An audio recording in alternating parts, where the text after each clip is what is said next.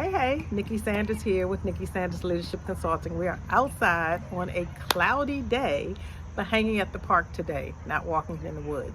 I want to start off with two things. One, thanks for joining me. And two, you can't pour from an empty cup. Let that sink in.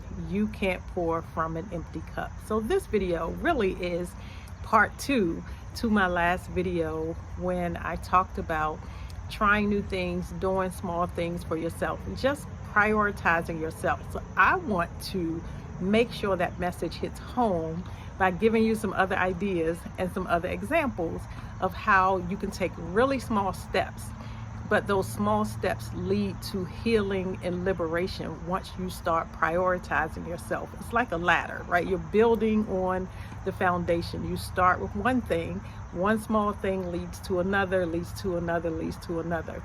Because sometimes we think if we haven't done it in a long time, or we have to do it, big, right, in order for it to be impactful. And that's just not true. Sometimes small steps are just as important as taking a big leap. So today we're going to talk a little bit more about some of the small steps, and I'm going to give you some examples from my life. One, because I'm never going to ask you to do anything that I am unwilling to do or I haven't done. And two, because I really want you to know and understand that I see you, I understand you, I relate to you, because I was you. I was prioritizing everybody and everything except for me. And that was decades long, right? Like I often say I was born an adult. And I can blame it on lots of different things because it is not a simplistic issue. Societally, culturally, as women, we are taught to be nurturers and caretakers and sacrifice. And we know statistically what that looks like in terms of women being the caregivers in households and doing, a greater share or portion of household chores and taking care of children and all of those things that statistics tell us. But we know from our own statistics and our own stories and the stories of our friends and female relatives, colleagues. But I'm going to say this again. You can't pour from an empty cup, which means as a leader, whether you're leading in your home, whether you're leading in your business, whether you're leading in someone else's, business, dream, nonprofit organization, whether you're in a classroom, you are setting the tone and setting the example for those around you, male or female, and you have to lead from a place of liberation. So let's talk about what that leading from a place of liberation looks like and what one small step looks like. Dr. King said, you don't have to see the whole staircase or see the whole staircase to take the first steps. One of my favorite movies is The Fast and the Furious, the series, right? And so Vin Diesel, talks about, the quarter mile, like you can only see a quarter mile, and we only have to see the small steps. So I love cupcakes. I love cupcakes. And at one point I wanted to have a cupcake in all 50 states. Then once I had to do dairy-free, gluten-free, that changed a little bit. But I've had cupcakes in, I think, 17 of the 29 states that I've been to, plus Washington, D.C. And so I just randomly decided, I think I want to at least have a cupcake in 25 states. So whether that means I go back to the states where I've already been and haven't had a cupcake, or I go to new states, that is about me. It only makes sense to me, right? I am prioritizing me, my unique want, my unique need, and then I do another thing. Because at one point, listen, when I say I love cupcakes, I mean I really love cupcakes. So at one point, I was depriving myself of cupcakes. I was like, oh my God, you know what? I am eating too many cupcakes. So now I'm just going to have a cupcake every other month. But why? Right? I could eat vegetables, drink water, and have a cupcake. And so after that, I was like, why am I depriving myself? I'm an adult. Like, that doesn't even make sense. If I want to have a cupcake for breakfast, I can have a cupcake for breakfast. And so then I made a decision that I was going to go to a new cupcake bakery every month. So even outside of going to a different state to have a cupcake, I was going to a different bakery every month and documenting that for a couple of years. Then we had a whole pandemic and, life changed. I've done that with the states in general, right? Just talking about travel, but it could be local travel because I was going to local cupcake shops as well. So last year, I was like, why do I live in Maryland and I have never been to West Virginia? I have been to all of the surrounding states. I'm going to go to West Virginia. And then I was like, wait, I'm at like 20, I think I was at 22 or 23 states. And I was like, well, duh, I could just get to 25, right? And so I ended up getting to, I think, 26 maybe. But again, that small step, that small click in my head was like, oh, and so I can.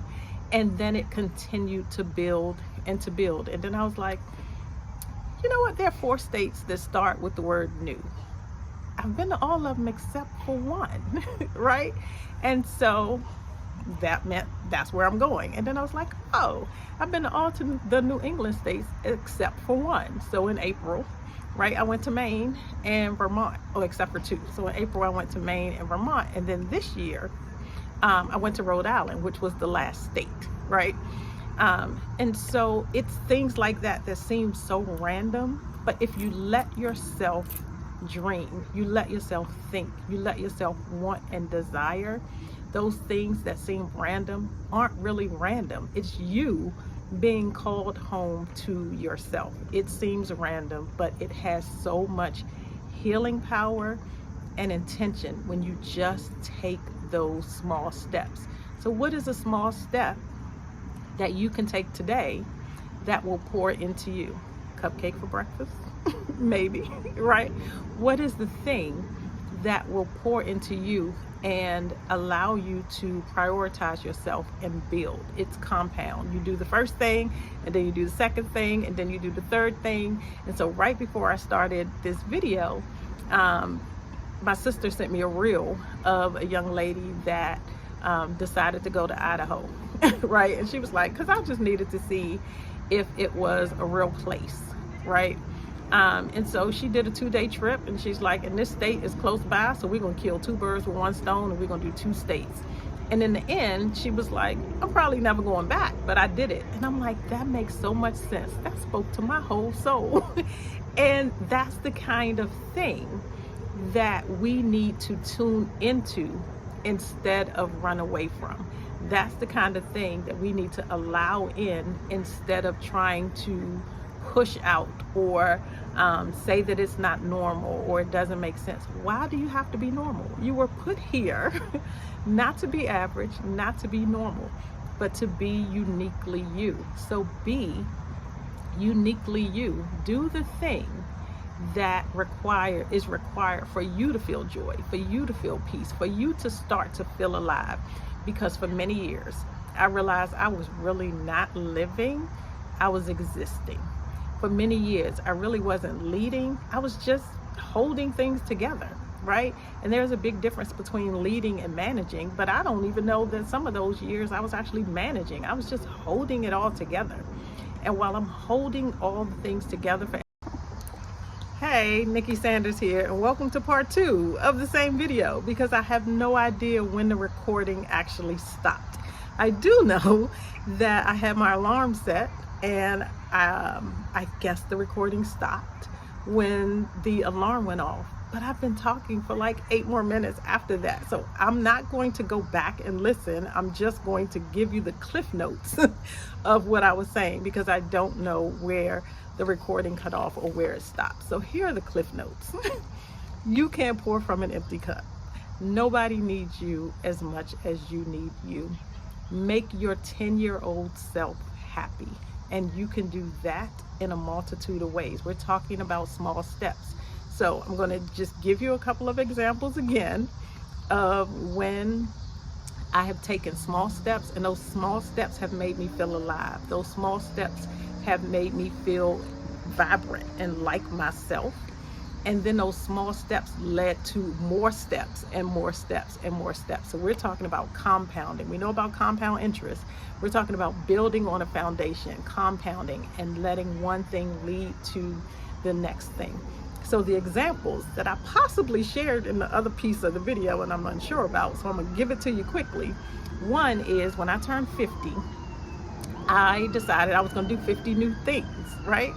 And I did 50 new things. I just stopped documenting them. I stopped counting. So I stopped at 10, right? And then I just stopped documenting. But I definitely did 50 new things in that year of turning 50. One of the new things was going to the movies by myself. I was 50 years old the first time I went to the movies by myself. I was 50 years old the first time I went to a concert by myself. 50, right? And that doesn't mean I don't do things alone, because I clearly do, but I just had not done those things. And so my 50th birthday, I didn't spend time with anyone but me. Usually I'm like taking a trip and there's friends and there are all these things involved. But 50, I chose to go inward and spend time with myself. I did a staycation in a hotel near my house, and I spent the weekend. I went out and ate, I went to the movies, I did all those things, because it was just time for me to replenish myself. Because again, we usually, right, have realized at some point that we have been existing and not living. I was existing in many years, existing and not living. I was holding things together instead of really leading, because I was exhausted, because I was tired, because I was performing and trying to please everybody else and do everything for everyone else, so much so that I was neglecting and sacrificing myself. So these little things that I talk about are things that remind me that I matter. They're things that help me get rejuvenated. They're things that make me say, oh, you know what, you are important, and let's prioritize yourself. So I do that in small ways. I do it in big ways too. My birthday is an example. My birthday is like a national holiday to me. But I did that in small ways as well. So the other thing that I decided last year, two things. One, that I wanted to go to West Virginia, just randomly. I'm like, why have I not been to West Virginia, right? I've been to all the states that are connected to Maryland. Why have I not been to West Virginia? So I went to West Virginia, and then I'm like, oh, I think that was like the 22nd or 23rd state. And I was like, well, I should just get to 25 states before the end of the year. And then I did that thing. And then after I went to New Hampshire, because I was like, there, 4 states New York, New Jersey, New Mexico, New Hampshire. Yes, 4 states that start with new, and I've been to 3 of them. So I went to New Hampshire, right? That was random, but it wasn't really. It was just me prioritizing myself to do. Again, I don't know why my clock is going off. So it was me prioritizing myself and doing the thing that I wanted to do. Go to all the states that start with new, right? And then I realized, hey, I haven't been to all the New England states. And so this year I made it to all of the New England states. In April for my birthday, I went to Maine and Vermont. And then in June, I went to Rhode Island. Why? Because why not, right? Literally, because why not?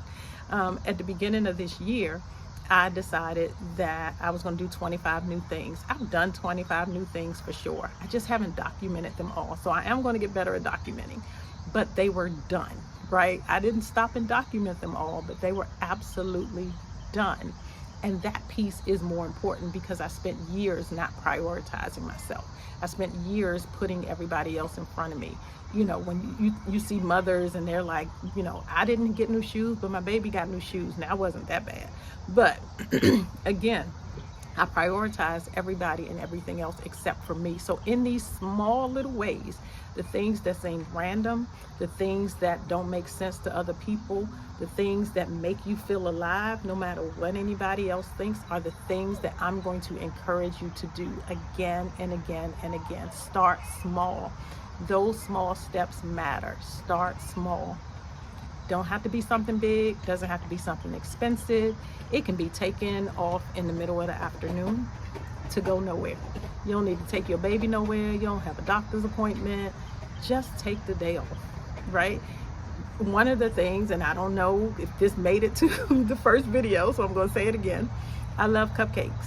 And I think I've had cupcakes in like 17 of the 29 states that I've been to, plus Washington, D.C. 17, 18, I don't remember, plus Washington, D.C. So I just decided again that I want to have a cupcake in 25 states. Now, whether that means I go back to states where I've already been that I haven't had a cupcake, or I go to new states, who knows? I don't know. But I'm going to have a cupcake in 25 states. The other piece of that is I really, really love cupcakes. And so I was eating cupcakes, and then I decided that I was eating too many cupcakes. And so I needed to stop and not have a cupcake every month. Like, I'm just going to have a cupcake every other month. Why was I depriving myself? There's literally no reason. It's not about sugar. It's not about sweets. It was about depriving myself of something that I deserved to have because I wanted it. And it was a symptom of something bigger. It was bigger than the cupcake. So then I made the decision that not only was I going to have a cupcake every month, I was going to go to a new bakery and have a cupcake from a new bakery every month. And then for a couple of years, I documented that, my kind of cupcake journey. Sometimes it was in a new state. Sometimes it was just a new bakery that was local to me. But I did that thing because that meant that that time was my time. That I was prioritizing myself. The reason I'm sitting outside right now is because I am prioritizing myself. I try to do most of my videos outside because I made the decision to spend more time outdoors in nature, but that was for me because this is where I feel most alive. So what makes you feel most alive? What would your 10-year-old self love to do? What keeps popping up in your mind? What seems random that other people don't understand, but it makes perfect sense to you? It lights you up. It makes you feel happy. You feel rejuvenated. You can't pour from an empty cup, and no one needs you more than you need you. So take the time, because you deserve it. Take the time to prioritize yourself, your needs, your wants, your desires. You don't have to continue to self-abandon, self-sacrifice. You get to treat yourself as well as you treat other people. You get to treat yourself as well as you treat other people. So I am unsure if I am putting 3 videos together or 2 videos together. I'm not sure how y'all gonna get this video, but you're gonna get it. So again, you can't pour from an empty cup. No one needs you as more than you need you. And take the small steps, because those small steps consistently are healing. They are liberating. You can heal from your performance, from your identity loss, from your exploitation, because burnout is often about exploitation, from all of those things. But it takes you one small step. So I'm going to encourage you today to take one small step. Let me know in the comments what the step is that you're going to take. If you want some help thinking about it, you want to hear more about my randomness and the other kind of things that I do to just say, hey, this is about Nikki and I'm alive.